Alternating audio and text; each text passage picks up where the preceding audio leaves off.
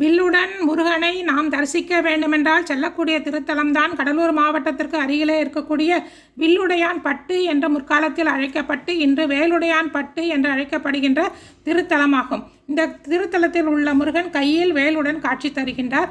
மேலும் வள்ளி தெய்வானை சமேதராக காட்சி தருகின்றார்.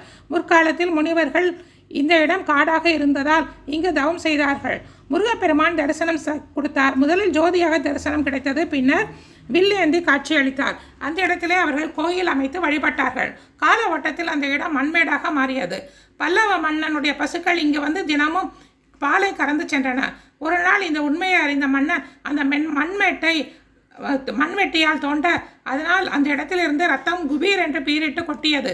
உடனே மெதுவாக அந்த இடத்தை தோண்ட சொல்ல அங்கிருந்த முருகன் அவனுக்கு காட்சியளித்தார். பின்னர் அவனுடைய கனவிலே தோன்று அங்கு கோயில் கட்டுமாறாக பணித்தார்.